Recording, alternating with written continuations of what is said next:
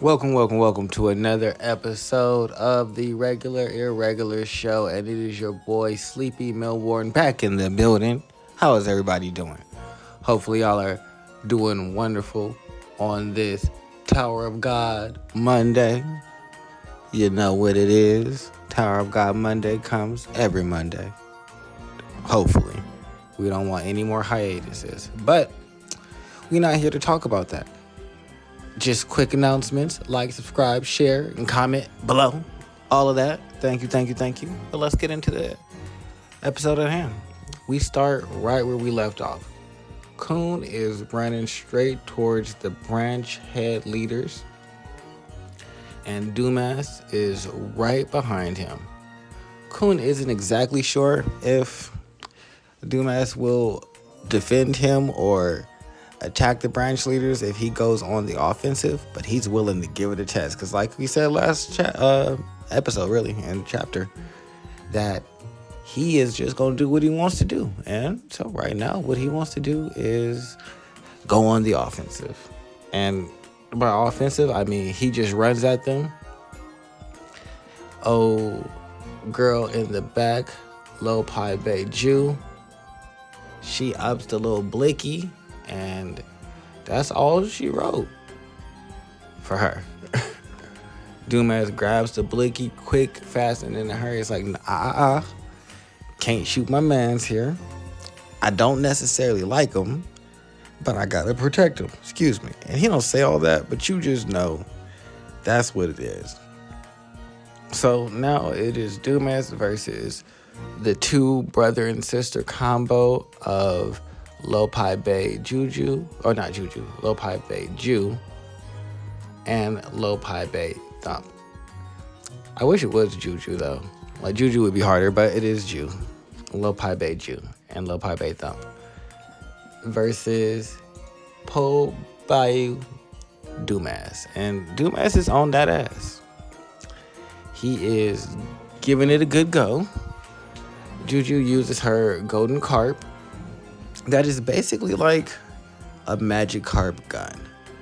And so she's using that to blast at Dumas, sending waves and Senshu towards him, while Thump unleashes a giant elephant that knows martial arts.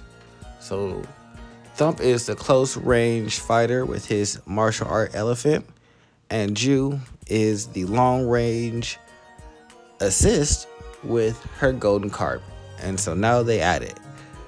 If we remember, Dumas lost his arms fighting Jin Sang.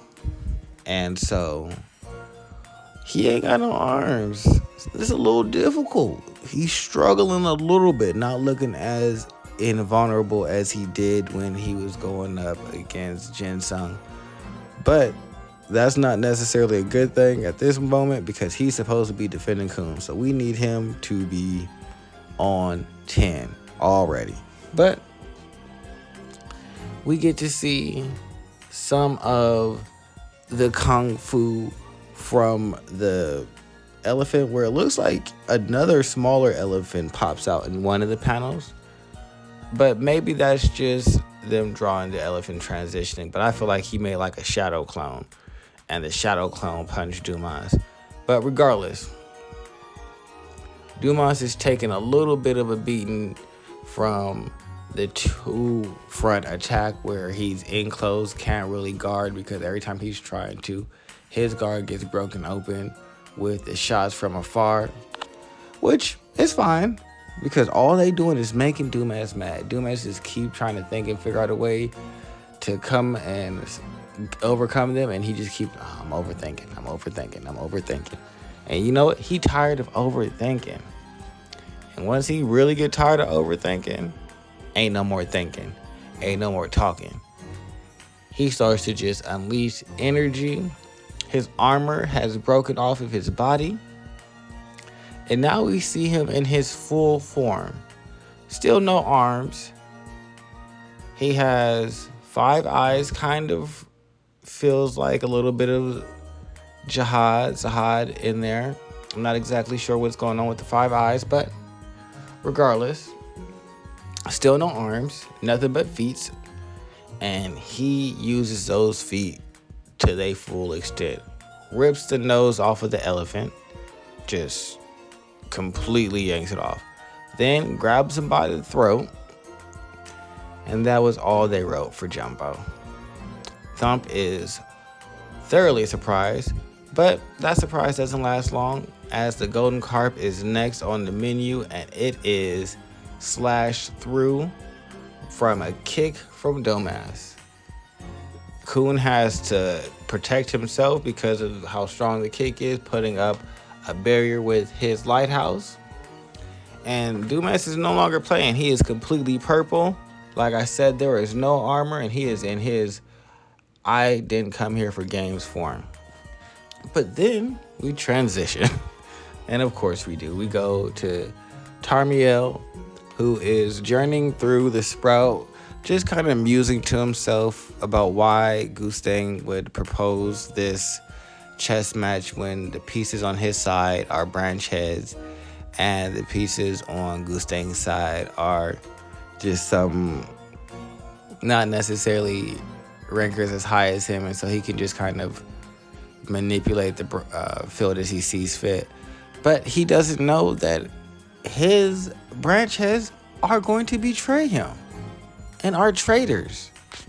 So that is going to be a nice little surprise for Tarmiel when he really runs into them, which isn't going to take too long because he's wondering about who the king of his side is and where they're at. And then along comes Bunny. And by Bunny, I mean it is Holano. It is Hollan. He is green-haired, black Air Force energy, kneeling and talking about, I am the king, my lord. I apologize to say it to you. Do we believe that he is really the king? That's my question, because I do not believe he's the king. Like, it's just too convenient for the story for him to be like musing of who is my king, and then for one of the branch heads to just pop up and be like, oh yeah, I'm the king. I feel like what you're doing is trying to either not betray, but also put yourself in an advantageous position where you have to be protected. So you can still stay on this side, but you feel like the family has got to protect you, so that's all you're going to do.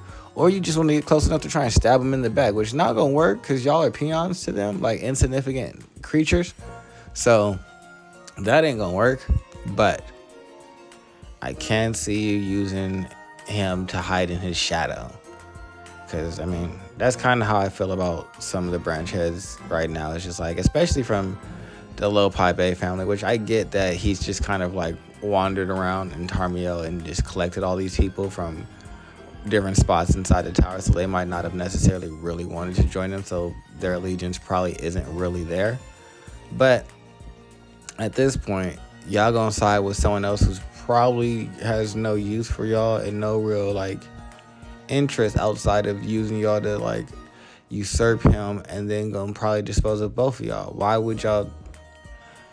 It's just like, I don't know, just don't seem like they're like considering like we're probably a pawn on this side, and at least if we stay over here we kind of know what it is. Where there is probably still going to end up with death, unless you just really don't think that y'all can win, and that you might think that we might be able to like live in some type of service, because you're not going to become family members. You're not going to get any type of like real positioning. He's never going to trust y'all because of how easily y'all betrayed y'all old family heads. So it's like y'all gonna be the expendable group. Like, but that's neither here nor there. We have Holland and Tarmiel, who are most likely going to be traveling together.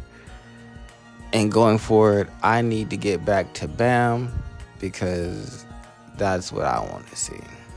I mean, I like seeing Khun, but I need Bam and Haran, the witch, to get back together, because she need to lead him to Enkidu, or Enkidu needs to run into Bam and recognize that this is where I need to go because Leviathan's inside of BAM. So that might be a cool little situation as well. So those are things that I'm looking for in the next few chapters. But again, make sure you like, subscribe, comment. This has been the Irregular show. Sleepy Melbourne. I'm out of here.